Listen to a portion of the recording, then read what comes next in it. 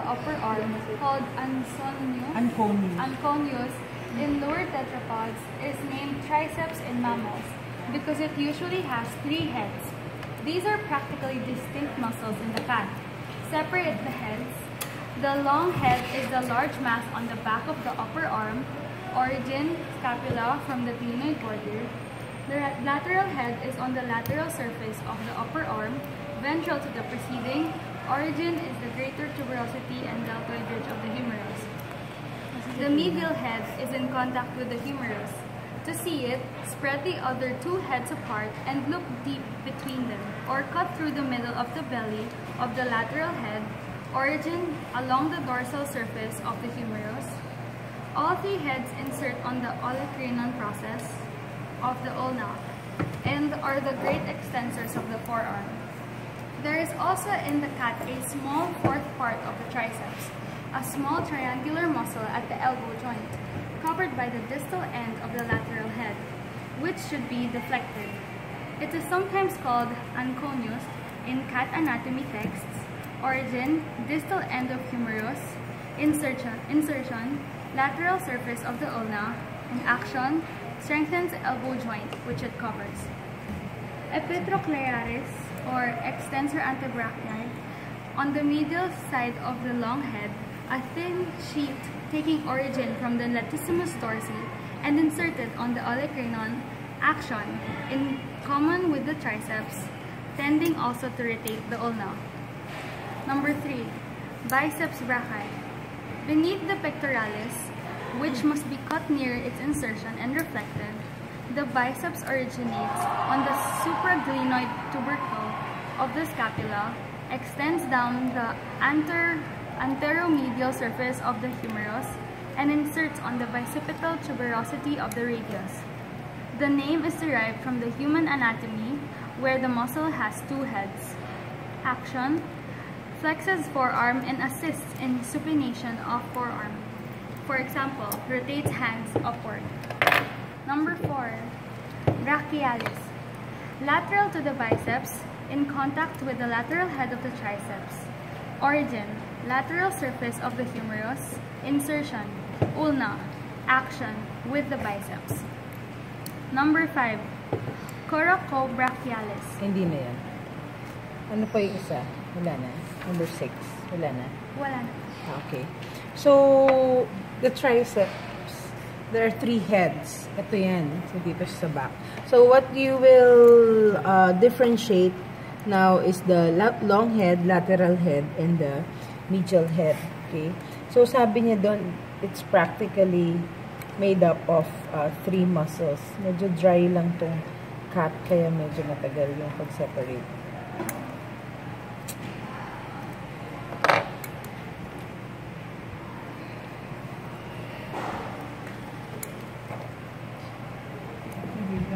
So, sabi niya, yung long head at the back of the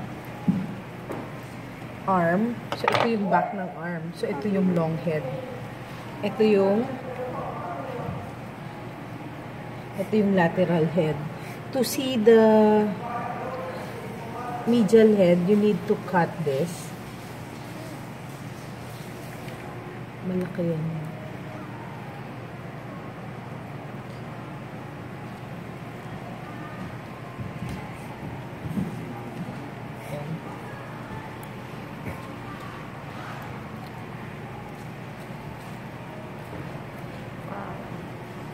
Huwag din tatanggalin, eh.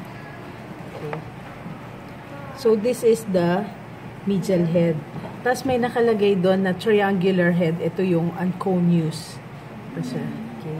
So, you can also separate this one. Medial. Diba? Anong tawag doon? Medial head ba? Medial head? Medial pa. Oh, medial head. Ito, oh. Ito. Yan. So, this is your triceps brachii. This is the long head, the lateral head. If you cut the belly, you should cut the belly.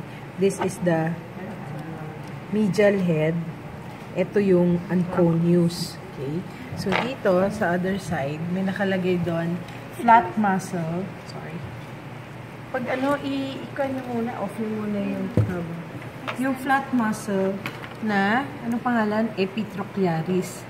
Okay, so may fascia dito.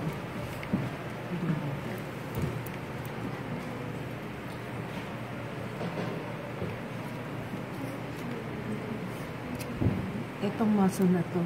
Yan o, yung nag-move ito. Itong muscle na to. That's Epitrochlearis. Anong pangalan niya isa? extensor antebrachial. Extensor. Ito. Pag nalito kayo kung saan yung long head, sabi niya, this is connected or to the long head. Ito yung long head. So, yan. So, this is the epitrochlearis. Ito. And then, dito, this is now your biceps. Itong muscle. Itong biceps. Sa humans, dalawa yung heads niya, kaya biceps. Ito yung biceps. Kaya pag ito yung triceps, ito yung biceps. Okay. Tapos merong isang muscle. Ano yung muscle na yun? Your brachialis. Pakihawak. Sino yung may gloves na? Yan, hawakan ko for you. Ito yung brachialis. Ito. Ano nga to? Ito yung ano to? Great. Spino-deltoid. Clavo. Acromio-deltoid. Ito yung clavo-deltoid. Deltoid. Ito yung brachialis. Under the... Oo, under the clavo-deltoid. Okay. So, pag sa humans, ito yung triceps, biceps, epitrochlearis. Diba? Tapos sa likod ng biceps, ito. Ito yung, ano yung last? Brachialis. Ha? Okay. So, for the arm muscle, you have your triceps. This is the lateral head, the long head, the medial head, the anconeus. Okay. Tapos, ito yung epitrochlearis, biceps, and then this one is the brachialis. Okay. So, pakikuha yung isang cut. Yung cut nyo na. So, for the trunk muscles, tapos na kayo sa muscles, diba? Ay, nag-start na kayo sa lecture. Merong epaxial and skeleton pa. Hindi ba kayo nag-exam? Hindi po. 25 po yun. Ang nauunang minention doon? Hypaxial. Hypaxial. Yung hypaxial, yun yung dorsal, yung hypaxial, yun yung ventral. Yung epaxial, yun yung dorsal. Please give me one sample of hypaxial muscle.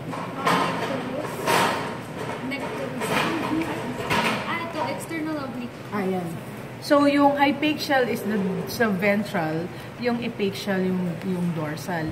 Sa fish kasi, or in aquatic organisms, their fins are just used for as rudders, balancers.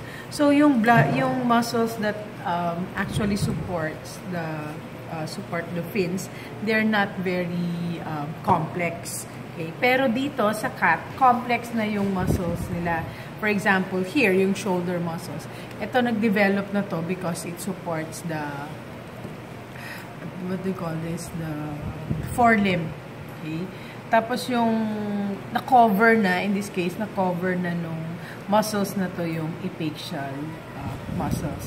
So, in the fish, the structure that actually separates your epaxial and hypaxial is the horizontal skeletongenous septum. Dito, sa cat, meron na lang siyang representative. Okay? So, please start reading. Ma'am, from number 1. Yes. Number 1, external oblique. Covers the whole abdomen from the base of the hind leg, as well as part of the thorax. Fibers run mostly caudal-ventrally. Origin, lumbodorsal fascia and posterior ribs. Insertion, linea alba, from sternum to the pubis. Number 2, internal oblique. Very carefully cut through the middle of the belly of the external oblique in a longitudinal direction and separate it from the underlying muscle, which is the internal oblique. This separation is often difficult. Fibers run mostly cranioventrally. Origin, lumbodorsal fascia and border of pelvic girdle. Insertion, linea alba. Number 3, transversus abdominis. On cutting through the preceding and separating edges, a third muscle layer, very thin, will be found. This is the transversus abdominis. Its fibers are directed ventrally and slightly posteriorly. Origin and insertion are similar to the preceding. Number 4. Rectus abdominis. A pair of long, slender muscles on either side of the linea alba, found inside and between the aponeurosis of the preceding muscles. Its fibers run longitudinally and are crossed at regular intervals by wide lines, the myosepta or inscriptions. Origin, pubis, insertion, sternum and costal cartilages. Internal to the transverse and rectus muscles is the peritoneal membrane or lining of the coelom. There are two derivatives of the hypaxial musculature that lie beneath the vertebral column and will not be exposed at this time. The psoas minor the psoas minor. Hindi na, okay na yun. Okay. Number 5, serratus dorsalis. The anterior part of this muscle arises by a number of fleshy slips from the ribs near their angles. The short slips soon pass into a thin aponeurosis that overlies the epaxial muscles of the thorax and is fastened to the median dorsal line. The posterior part of this muscle consists of a few slips lying under the latissimus dorsi and appearing like a forward continuation of the internal oblique. These slips insert on the last ribs and originate by means of an aponeurosis from the median dorsal line. Action draws the ribs forward. Number 6, scalenes. Scalenes. Raise up the pectoralis muscles from the chest wall by passing the fingers under them. If necessary, their posterior parts may be cut into. Several long muscles will be seen in the chest wall, ventral to the origin of the ventral to the origin of the serratus ventralis and in front of the anterior boundary of the external oblique. These muscles are scalenes.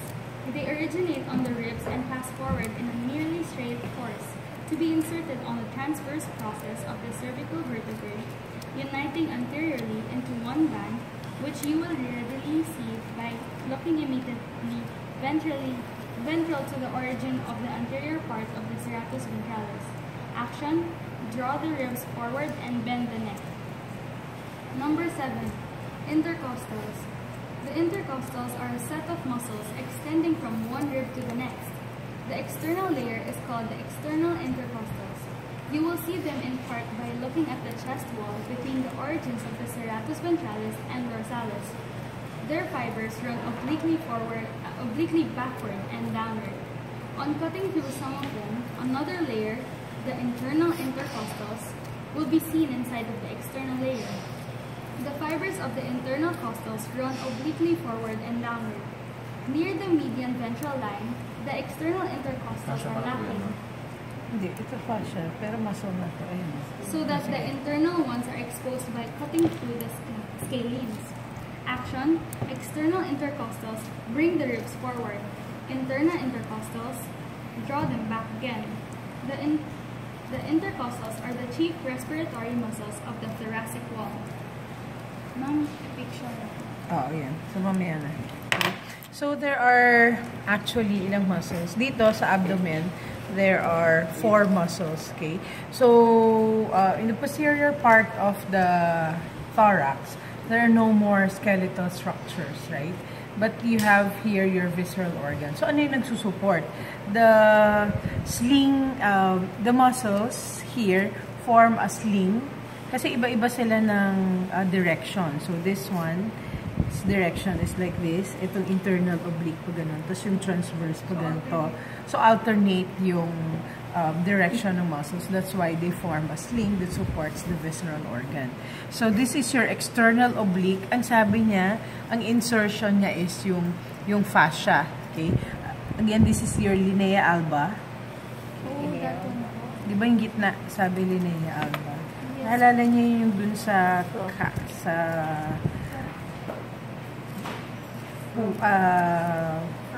frog, ganun din yun.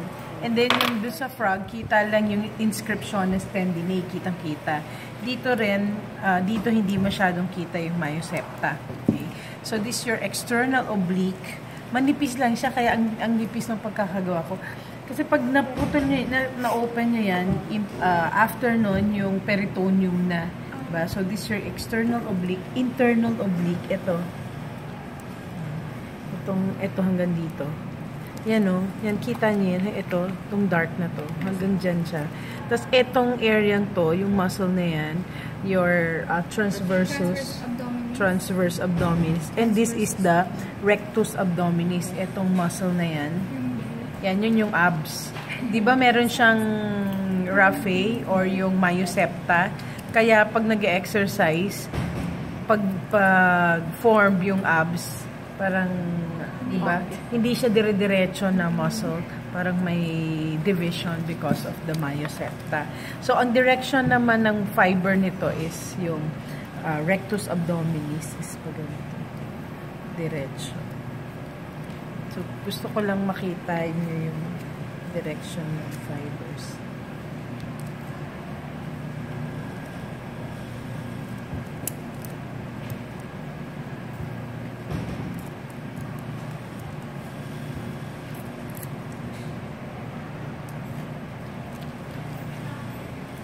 Kaya ko ino-open, gusto ko lang makita niyo yung direction ng fibers.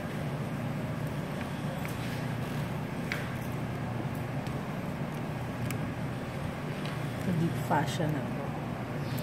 Ayan. Diba? So, dalawa yan. Sa linea alba. Rectus abdominis. So, this is your external oblique. Internal oblique. Ito. Para makita nyo, para ma-differentiate nyo, yung dito sa part na to, hanggang dito lang yung external oblique. Pwede nyo nang i-lift. Dito kayo mag-start. Tapos ito yung internal oblique. Ito yung transversus. Ayan o. Tignan nyo hanggang dito lang yung external. Transverse abdominis. Tapos ito, rectus abdominis. Ito. Ito na yung internal oblique. Tapos magkaiba po yung fibers ng internal tsaka no? Oo. Ito pa ganon. Ito pa ganon. Ayan o. Diba? Tapos ito transverse. Okay. Pag ganon o. Diba? So ito. Nakaganyan. Ito, di ba, pag ganun yung direction niya. Tapos, ito pag ganun. Yan. Okay. Next, you have your, hindi niyo pa nakita yung, hindi niyo pa nakita yung serratus dorsalis. Serratus ventralis. Kanino na yung nakakita ng serratus ventralis? Sino na yung nakakat dito? Ay, ito yung rhomboides po. Oo.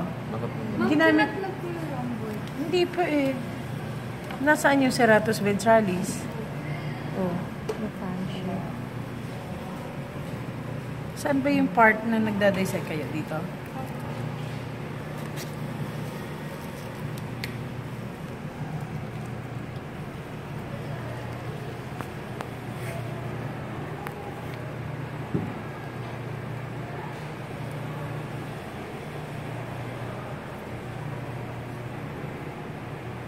Ano yung kinakat ko dito?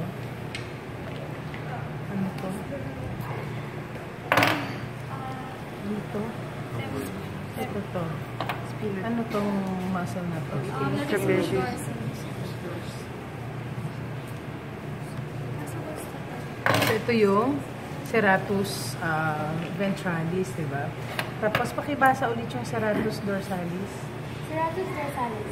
The interior part of this muscle arises by a number of fleshy slips from the ribs near their angles. The short slips soon pass into a thin aponeurosis that overlies the epaxial muscles of the thorax and is fastened to the median dorsal line. The posterior part of this muscle consists of a few slips lying under the latissimus dorsi and appearing like a forward continuation of the internal oblique. These slips insert on the last ribs and originate by means of an aponeurosis from the median dorsal line. Action draws the ribs forward.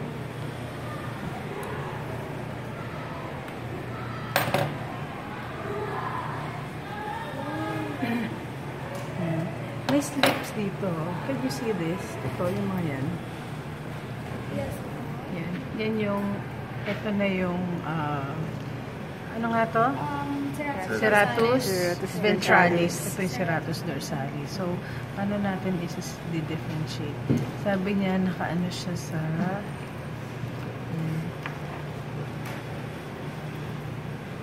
pasok niyo lang yung pakihawak natin. Parang continuation Oo. of internal. Pakihawak to. Tsaka yung isang kamay dito sa kamay. So, may manipis dito. So, part pa yan ng Ventrans. ng dorsalis ng hypaxial muscle.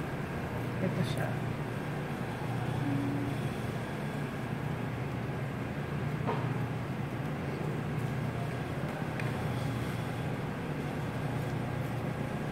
Sabi niya, di ba dun siya sa yung form slips. Ito.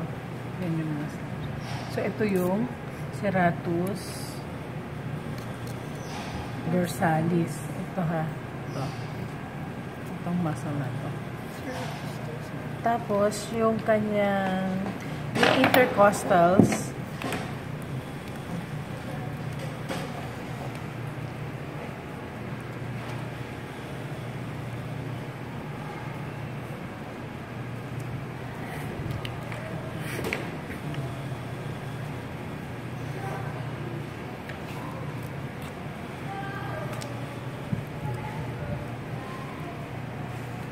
Ano yung tinanggal ko? Latissimus dorsi. Ito yung ribs, diba? Yes. Ano? Yan. So, yung in-between the ribs, yun na yung intercostals. External yung nasa labas, syempre. Paano mo ma-differentiate na yung external and internal? Pakibasa yung internal. Internal costals will be seen inside the external layer. The Okay. fibers of the internal intercostals run obliquely forward and downward. Okay, tapos, Near the median lateral line, the external intercostals are lacking, so that the internal ones are exposed by cutting through the scalenes. okay, so banda ron. So, ito, yung banda rito, ang hirap kasi niya ma-differentiate. So, external intercostals yan. Ito ha, ito yung serratus dorsalis. Ito yung serratus, ito na yung intercostals. Try natin kung ma-differentiate natin.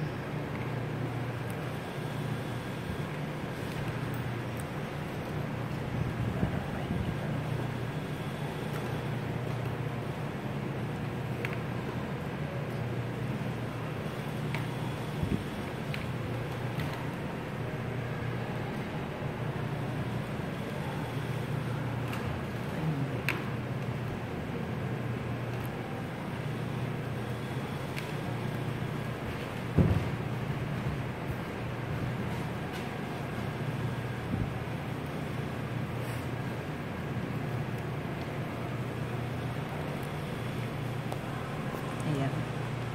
Okay. So, ito yung external intercostal. Ito yung internal intercostal. Ito. Okay. Ayan. Pwede rin naman ganyan lang kasi what's inside. Tapos, yung scalenes.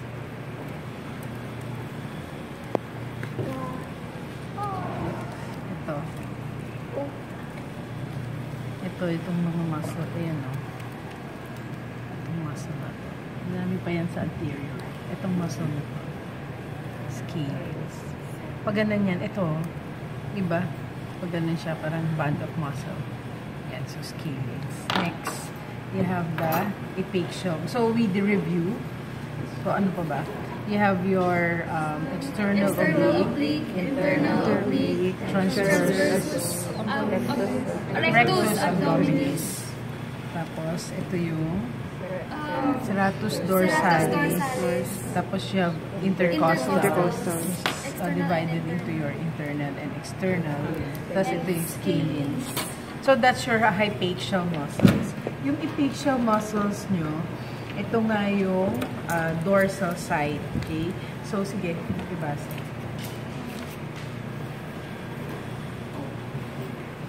Epaxial muscles.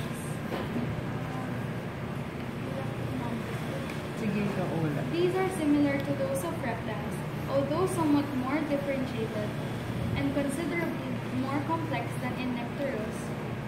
Remove the lumbodorsal fascia over the extreme posterior part of the back, finding beneath it is a great thick mass of muscle enclosed in a tough, shining fascia. This is the epaxial muscle mass, sharply separated from the hypaxial muscles in the abdominal region by a furrow corresponding to the position of the horizontal skeletal septum of lower vertebrates. The epaxial mass in the lumbar region is divisible into a slender, narrow median portion, the multifidus spinae, and a very thick lateral portion, the sacrospinalis. In the thoracic region, the multifidus terminates, cut through the aponeurosis of the serratus dorsalis to expose the sacrospinalis, which here is divided into three parts of about equal width: a dorsal part next to the median dorsal line, the semispinalis dorsi, also known as the spinalis dorsi, a median part, the longissimus dorsi, and the lateral part, the iliocostalis. The first two dorsiflex the back, and the last, which consists of separate bundles extending across several ribs, draws the ribs together. In the neck region, the largest epaxial muscle is the splenius, which lies anterior to the rhomboidus and internal to the clavotrapezius, and rhomboidus capitis. Origin from the mid-dorsal line and fascia. Insertion: superior nuchal line or lambdoidal crest of occiput. Action: raises or turns the head. Ventrolateral to the splenius and possibly partly fused with it is the longissimus capitis. Origin: last four cervical vertebrae. Insertion: mastoid process. Action: turns the head. The splenius and longissimus capitis appear to be continuations of the longissimus dorsi. Also, in the neck region, the semispinalis dorsi becomes the semispinalis cervicis et capitis, and is divisible into a medial part, the biventer cervicis, and the lateral part, the complexus. So, this is your lumbodorsal fascia. So, di ba sabi niya, yung posterior part is covered by the lumbodorsal fascia. So, ito na yun. If you remove the lumbodorsal fascia, a shining fascia is exposed. And this is the one that actually covers the epaxial mass or epaxial muscle mass. Okay? Tapos sabi niya, there's a furrow that corresponds to the, so ito yung tinanggal ko, ito yung lumbodorsal fascia. There's a furrow that actually corresponds to the position of the horizontal skeletal septum.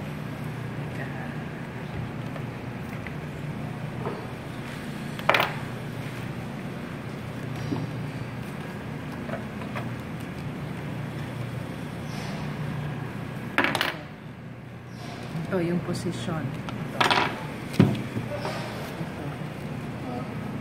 That's the furrow. The furrow. Tapos dito, you have three, this is the shining fascia. If you cut,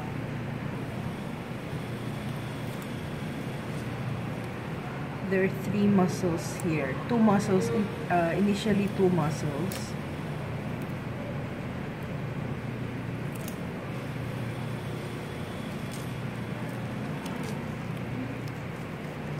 Yan eh.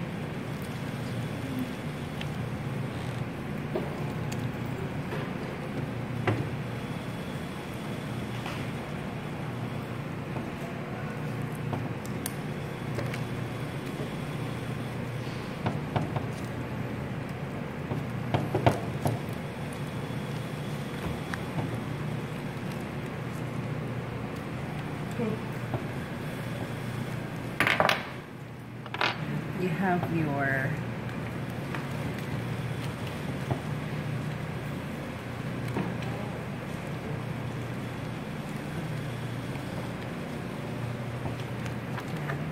etong muscle na to. So, these three muscles is the sacrospinalis. Itong muscle na to is the multifidus spinae. Okay? So, itong muscle na to is divided into your, ano yung first? Yung may dorsi? Semispinalis dorsi. Ayan. So, semispinalis, tapos longissimus and iliocostalis. Sa trunk, dito sa manual na to, ang tawag lang dito sa sacrospinalis is the medial and the lateral. In some books, the sacrospinalis is already divided into your, ano yung isa? Yung una? Yung may dorsi. Yan ha, tandaan nyo ha, multifidus spinae and sacrospinalis. The sacrospinalis is divided into semispinalis kasi malapit siya dito sa spine, longissimus and iliocostalis kasi malapit dito sa costals or dito sa ribs. Okay? Pagdating sa trunk dito, anong nang nawawala? Yung multifidus spinae, di ba? Nawawala na yung multifidus spinae. Tapos, pagdating dito sa trunk, dinadagdagan na lang ng dorsi. So, yung spinalis dorsi. Ano yung isa? Longissimus dorsi. Longissimus dorsi. Iliocostalis. And iliocostalis. Ito. So, ito yung pakihawak. Sino pa yung isa? Pakihawak sa akin. Okay.